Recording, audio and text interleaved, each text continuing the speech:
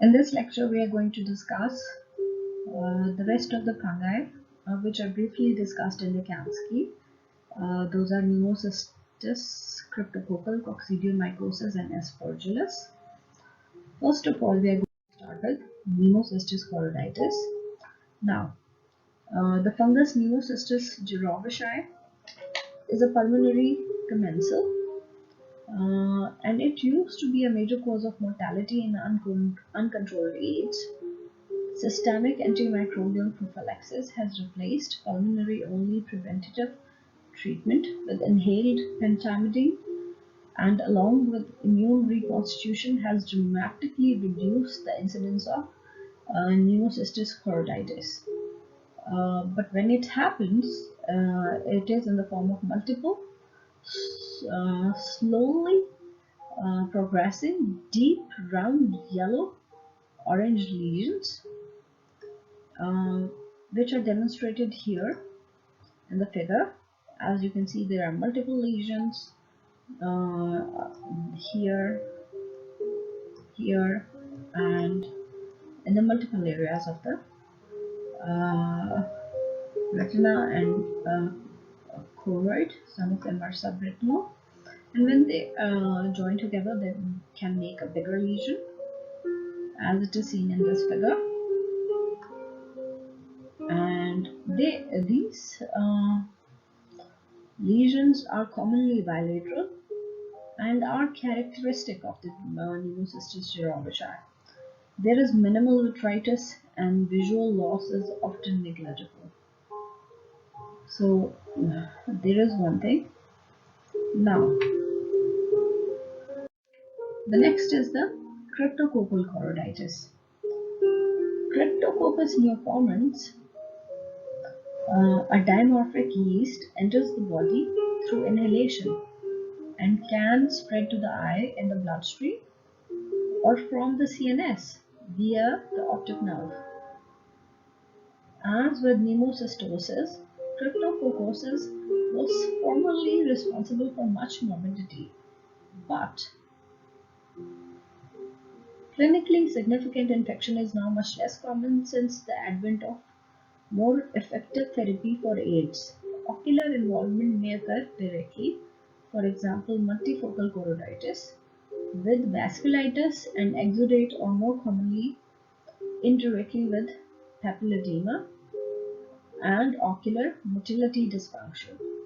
Now, the unique things with Pneumocystis jirovecii and cryptococcal infection is both of these are opportunistic infection and are associated with immunosuppression. So, while discussing both of these infections, we should keep in mind that these infections do not happen in an immunocompetent person. So,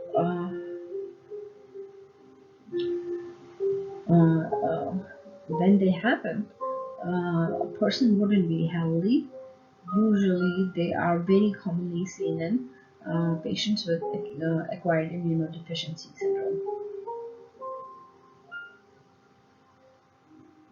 So, next we are going to discuss coccidioidomycosis. Now, Coccidioides emitens, acquired by inhalation, usually causes a mild pulmonary infection, but wider systemic involvement can occur, and reinfection can lead to chronic lung disease. Ocular features include severe granulomatous interior uveitis and multifocal choroiditis. Investigation and treatment are similar to that of the Candida and Ophthalmitis, including vitreous biopsy with a cutter and systemic tests, and treatment includes the antifungal drugs and pars plana vitrectomy, and I will link the video where we have discussed the Candida treatment for the endogenous Candida and Ophthalmitis with this, and we can review it. Now, the next on this we are going to discuss here is Aspergillus. Now, Aspergillus species are common environmental fungi but cause disease in humans less commonly than Candida. Spores undergo airborne spread, and risk factors for infection include: number 1, intravenous drug abuse; number 2, chronic lung disease; number 3, organ transplantation; number 4, blood disorders. Neutropenia may be of particular importance. Now, these patients have particular ocular features. Iridocyclitis and vitritis are common. Yellow retinal and subretinal infiltrates tend towards the macular involvement at an earlier stage than Candida infection, as you can see here in this infection. You can see the disc is clear, but the whole macular area from one arcade to other arcade and even beyond the arcade is involved. And the disease progresses more rapidly and the visual outcome is often worse. Occlusive retinal vasculitis is common. Systemic assessment is critical. Endocarditis presents a particular risk.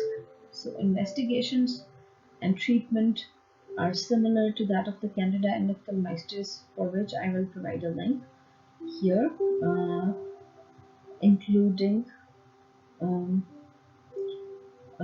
systemic investigations and vitreous biopsy with a cutter, and the treatment including antifungal treatment and a pars plana vitrectomy. So I think we are going to conclude the remaining lecture here, and thank you all. If you like the lecture, please press the like button and subscribe to the channel.